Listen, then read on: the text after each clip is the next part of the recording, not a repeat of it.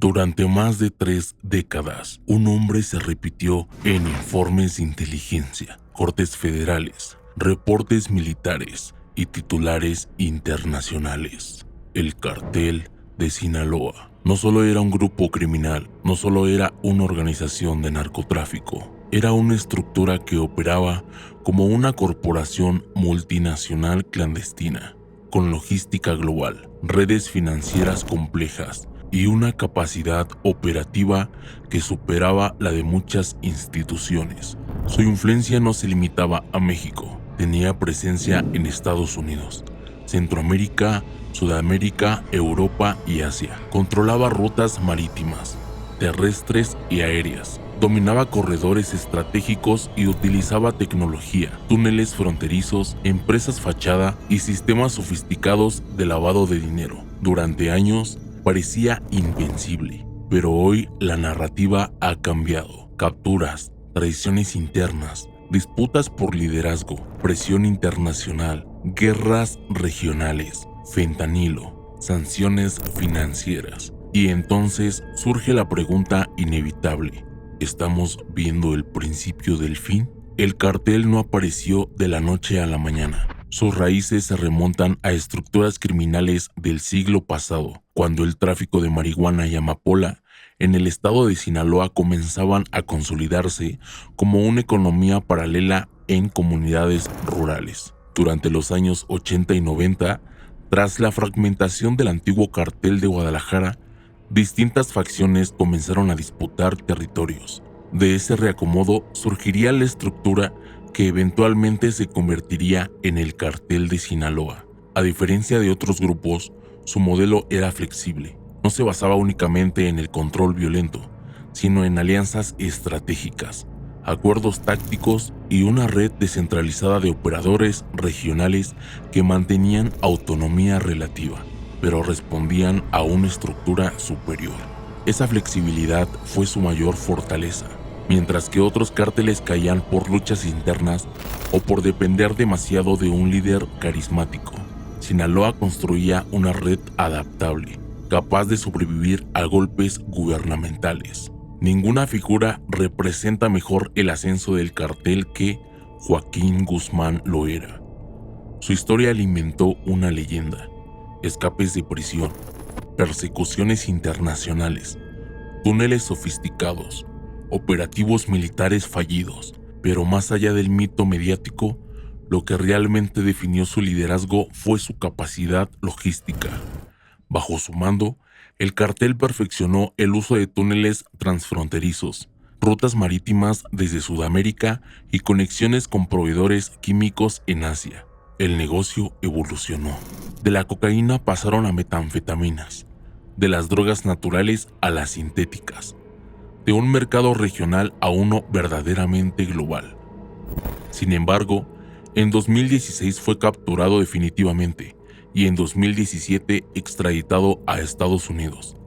En 2019, una corte federal lo condenó a cadena perpetua. Muchos analistas aseguraron que ese sería el golpe final, pero el cartel no colapsó, y eso reveló algo clave. El verdadero poder no estaba en un solo hombre, estaba en la estructura. Tras la caída de Guzmán, dos fuerzas comenzaron a marcar el rumbo. Por un lado, los hijos del capo, conocidos como los Chapitos. Por otro, el operador histórico y figura enigmática, Ismael Zambada García, el Mayo. Durante los años se dijo que existía una alianza estratégica, pero los estilos eran distintos. Los Chapitos representaban una generación más visible, más ostentosa y, según diversas investigaciones, más inclinada a la confrontación directa. El Mayo, en contraste, había construido su poder bajo el perfil bajo, sin fotografías públicas confirmadas durante décadas, sin capturas, sin estridencias mediáticas. El equipo funcionaba mientras existía un enemigo común. Pero cuando la presión externa aumentó y el negocio del fentanilo se convirtió en el centro de las ganancias, las tensiones comenzaron a notarse. El mercado mundial de las drogas cambió radicalmente. El fentanilo, una sustancia sintética extremadamente potente, comenzó a generar ganancias multimillonarias. pero también provocó una crisis de salud pública en Estados Unidos, y eso cambió el nivel de presión política y militar. El gobierno estadounidense comenzó a señalar directamente al cartel de Sinaloa como uno de los principales responsables del tráfico de esta sustancia.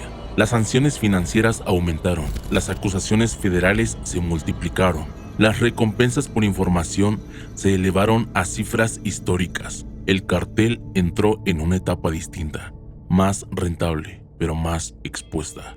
Toda organización criminal depende de la lealtad interna, y cuando esa lealtad comienza a fracturarse, el poder se debilita. Informes no oficiales, análisis de seguridad y patrones de violencia sugieren divisiones operativas dentro del cartel, disputas por territorios estratégicos, choques por el control de laboratorios, conflictos por rutas clave hacia la frontera. La violencia ya no era contra rivales externos, comenzaba a ser interna, y cuando un imperio pelea contra sí mismo, su caída deja de ser improbable, se vuelve cuestión de tiempo. Aquí es donde el análisis se vuelve más complejo. Históricamente, los grandes cárteles de México no desaparecen, se fragmentan, se reconfiguran, cambian de nombre. El llamado fin suele ser en realidad una transformación. El cartel de Sinaloa podría no extinguirse como marca criminal, pero podría dejar de existir como una estructura unificada. Podría dividirse en facciones autónomas, podría perder el monopolio de ciertas rutas, podría convertirse en varias organizaciones más pequeñas. Y en ese escenario, el mapa criminal se vuelve aún más impredecible. Ningún imperio es eterno. La presión constante genera desgaste financiero, operativo y psicológico. Las nuevas generaciones no siempre comparten la misma disciplina estratégica.